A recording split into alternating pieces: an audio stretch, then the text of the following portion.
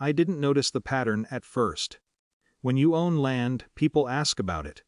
That's just part of living the way we do. 40 acres outside town, most of it pasture, some scrub woods, a small creek that floods in spring. It's been in my family since my father bought it after the war. Nothing fancy, just enough to keep a few horses and pretend the world isn't always rushing somewhere. So when my daughter's fiancé started asking questions about it, I thought it was normal curiosity. How many acres did you say again?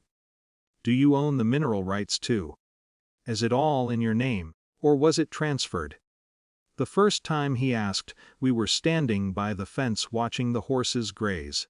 I remember the way he squinted across the field, calculating something in his head the way people do when they're imagining property lines. I told him what I knew.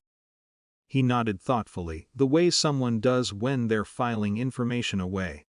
At the time, it didn't bother me. People who grow up in cities always get a little fascinated by land. They imagine it's simpler than it is. My daughter, Lena, used to laugh about that. She had lived here her whole life before leaving for college, and when she brought Daniel home the first time, she walked him around the property like she was giving a museum tour. "This is where Mom tried to teach me to ride," she said once, pointing to the paddock. "And where I fell off 5 minutes later." She laughed when she said it. Daniel smiled politely. Looking back now, it's strange how quiet she was around him, not frightened. Not exactly, just quieter. At the time, I told myself that's what people look like when they're settling into adulthood. When they're making big decisions. Weddings do that to people, they pull them inward. And Lena had always been thoughtful. Still, Daniel's questions kept coming. Not every visit. Just enough to notice if you looked closely. Sometimes he'd bring it up casually over dinner. "Land like this must be worth a lot now." Or while we were walking the perimeter fence. "Do you ever think about subdividing?"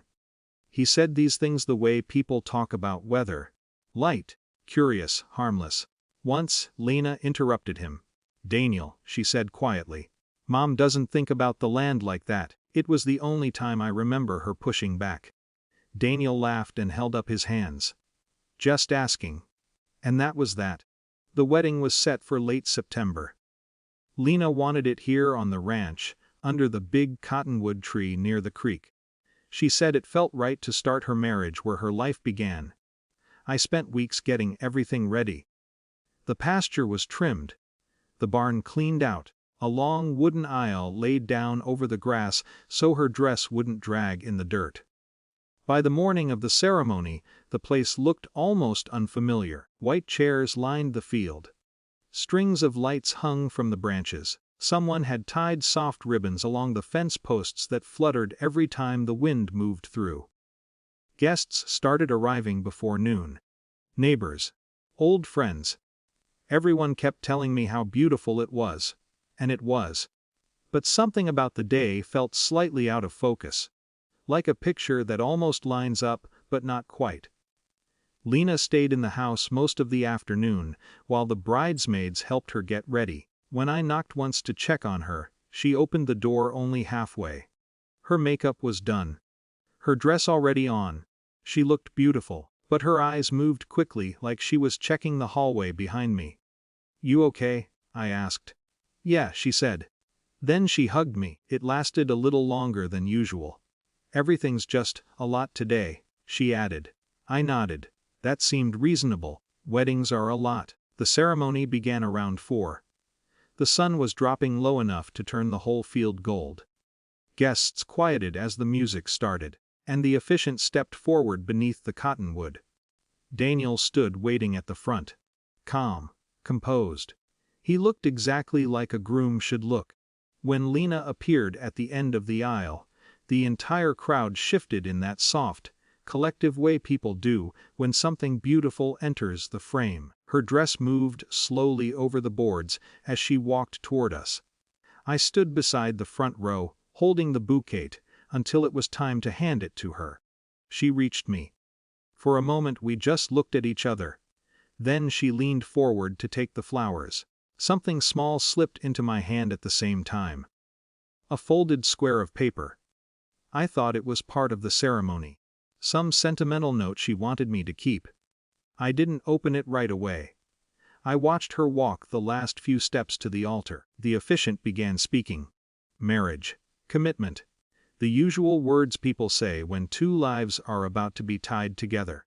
The paper felt strange in my hand, too stiff, too deliberate. I unfolded it slowly. 2 words, written quickly, HAPAM-ME. For a few seconds, the world around me kept moving. The officiant continued talking. Guests shifted in their chairs. A breeze lifted the ribbons on the fence. But the sound of everything else faded. Because suddenly the past few months rearranged themselves. Daniel asking about ownership documents. Daniel asking whether the ranch had ever been placed in a trust. Daniel suggesting once, very casually, that it might be smart to consolidate family assets after the wedding. And Lena getting quieter every time the subject came up. I looked up at the altar. She was standing there beside him, her hands folded, her smile perfectly still, but her eyes found mine, not panicked, just waiting, like someone who had already run out of other options. The officiant reached the part where the vows would begin. That's when I stood up. Not quickly, just enough that people nearby noticed. The officiant paused mid-sentence. "Excuse me," I said. My voice sounded calmer than I felt. "I need a moment with my daughter." A ripple moved through the chairs. Daniel turned toward me first. His expression tightened, just slightly. "This isn't really the time," he said quietly. The officiant looked uncertain. Lena didn't speak. She was still watching me. I held up the note. "I believe it is." For a long second, no one moved. Then the officiant cleared his throat. "Perhaps we should take a brief pause." That was all it took. The ceremony stopped. Just like that. Guests murmured quietly. Some stood. Others stayed seated, unsure whether to watch or politely look away. I walked to the altar. "Come with me," I told Lena. She stepped down without hesitation. Daniel reached for her arm. Not roughly. Just enough to stop her. "We're in the middle of something," he said. She gently pulled her arm back, and for the first time all day, I saw relief cross her face.